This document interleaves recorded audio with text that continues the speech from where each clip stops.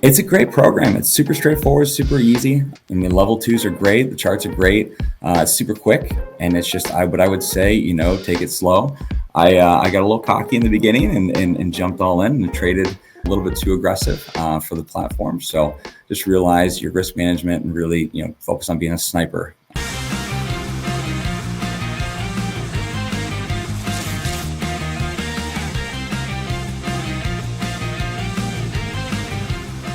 All right, you guys, welcome to another Funded Trader of Trader Pool. Today's with me, Andrew.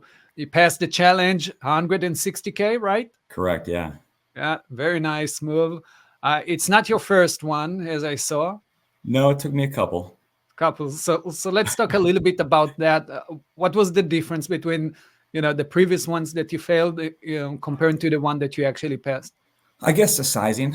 You get 160 grand to play with, and you're like, okay, I'm going to go all in on different positions and everything like that. And all of a sudden, you're stopping out real quick. So understanding the sizing, understanding to really pick your spots versus just, okay, it looks like it's a short here. Now let's wait for it to fail and look for a backside instead of taking a front side move. So talking about that, how long you been trading?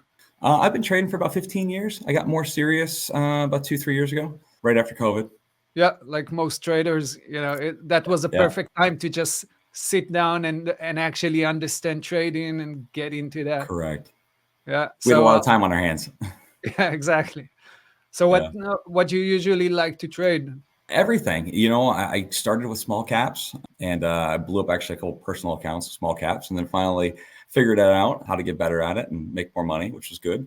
And I've transitioned to some large caps. This year, I mean, the Q's been trading like a small cap, so they're fun. So there's definitely all the above. When you started, you just traded stocks, or you do trade other assets?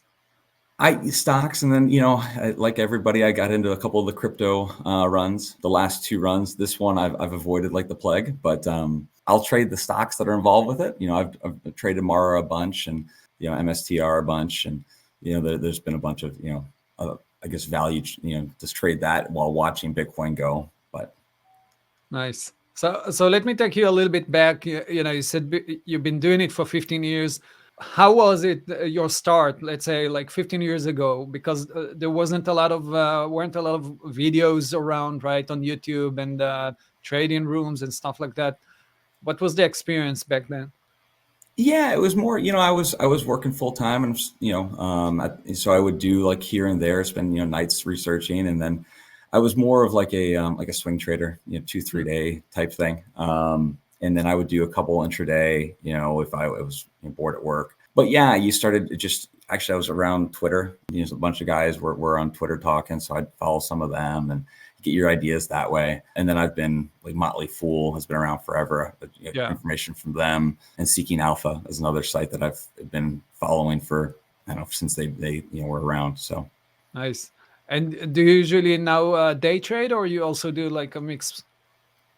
Day trade. Yeah. No, I've gotten to the point where 99.9% of my trades are day trades, and they're usually pretty quick. I'm not the sell something in the morning and try to look for an all day fade, and I try to get in and out. That was my next question about holding the position, because I see all of our funded traders and also the guys that been in the evaluation, and some of them, like you said, will hold the position from the beginning till the end of the day. Some of them will have just a quick run, a few minutes or maybe an hour of holding the position and then get out of that.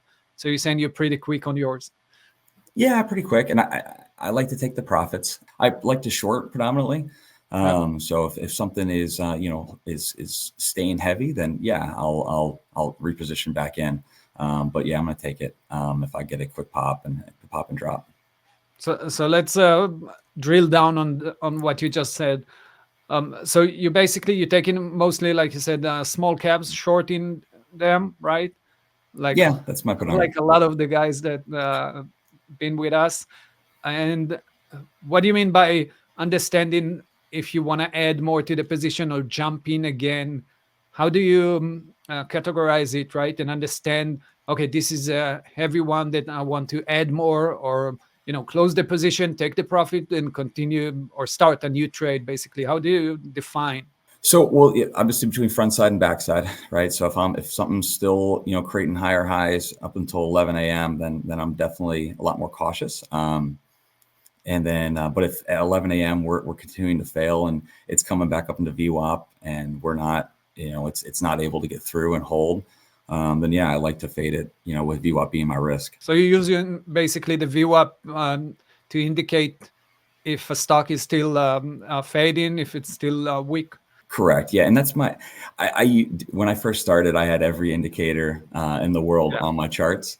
Now I'm pretty much down to just VWAP, and obviously looking at volume as well. And if volume's drying up towards the end of the day, and it's staying heavy, well then let's look for another fade on it.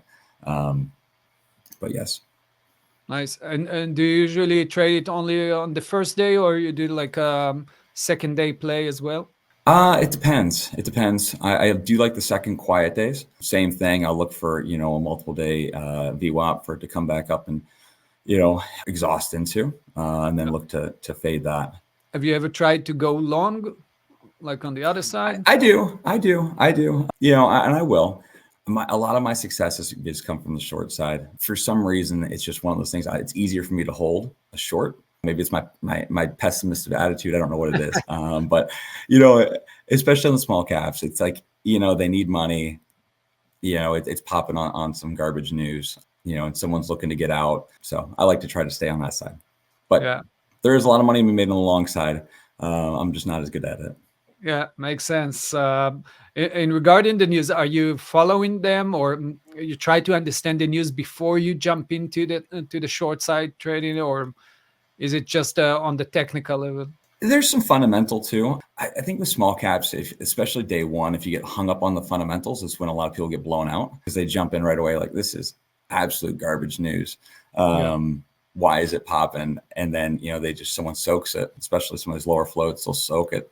And, they'll just pop you right out, which has happened once or twice to me as well. Yeah, of course. And regarding your risk management, how do you handle your trade, basically? So basically, I'll tell you what, Trade the Pool has really helped me out with my risk management. And I've used what I've actually set up with this on my other accounts as well, just because it really tightens it. Versus I was usually more of someone that gave a little bit of leeway, a little more play into my trades, and I kind of let them work and kind of did the let's wait and see. But what I have enjoyed about Trade the Pool is it's really, really tightened me up and make sure that I'm more of a sniper versus taking a shotgun effect. Nice. So, and you usually get in one chunk, or you cutting it, or no. I like to size in. So that was another mistake I made when I first started with Trade the Pool. Is I would do a chunk trade, but no, definitely I've learned that sizing in is the way to do it. Make sure wait for it to confirm multiple times that I'm on the right side, and then push it. Add more, yeah. And so maybe for the guys that listen in, let's cover the topic of exiting that trade, right? Let's say you found the right one to short, you're going all in, adding to the position. What now? How do you decide? Or maybe do you have like a specific system of how to decide when to cover? Yeah, I'm looking at key levels. So you can see, if stock's going from 3 to 5 and at 350, you can see where it's soaked.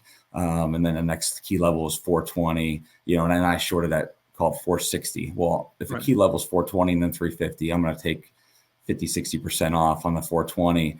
Now, if it breaks that and stays heavy, maybe I'll add, depending on how it's trading, and then look for a play down to 350.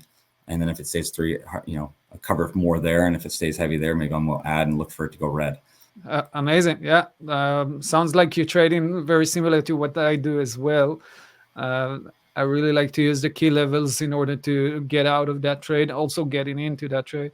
I don't know if you watched it, but lately we did some live trading on our YouTube, and I even traded penny stocks. That this is something very new to me.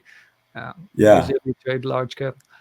Are you doing, by the way, the same thing as you do on small caps? You do on large caps too, like same.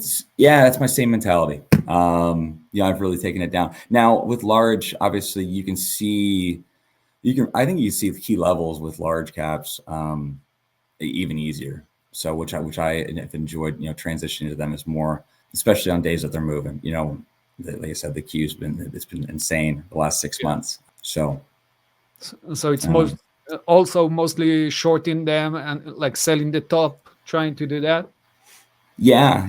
I mean, some of my best trades the last couple of weeks have been on SMCI. That's 2 Fridays in a row when it went down 20%, and then was the MSTR last week had a big pullback from 2,000 all the way down to 1,500, I believe. I was part of that. So yeah, a lot of those. DJT, the Donald Trump SPAC that went up to. It went up to 70. I was on the move down especially the day it went from 61, I think, down to 45. That was one of my best trades of the year, actually. Very nice. So let's talk a little bit about Trader Pool. You've been with us for a while now, past the evaluation. What would you say to someone that listening and thinking of joining the program and just testing it? It's a great program. It's super straightforward, super easy. I mean, level 2s are great. The charts are great. It's super quick. And it's just, I would say, take it slow. I got a little cocky in the beginning and jumped all in and traded a little bit too aggressive for the platform. So just realize your risk management and really, focus on being a sniper and knocking it out that way. Maybe if you're listening and just starting, and this is the first year of your career in trading, sometimes when you get like you said, 160K to trade with, it seems like you can do whatever you want, but actually you need to understand how to use it properly and not just go all in and risk everything. So that's super important, especially when you're trading like $2,000 account or $5,000 before that. Yeah, 100%. Yeah, if you're used to being on, especially if you're a U.S. trader and used to being on, PDT or PDT. Yeah, if you're used to being on that where you can only make 3 plays a week, and you have to go all in on your first position because you can't size in. You realize that, hey, no, you can size in now and take advantage of that and make sure that you're doing it efficiently. Amazing, Andrew. So thanks so much for the interview. Hope you have best of luck and success. And maybe we will do another interview after you will take some profits as well. Absolutely. Looking forward to it. And we'll be in touch. Thanks so much for that. Bye, guys.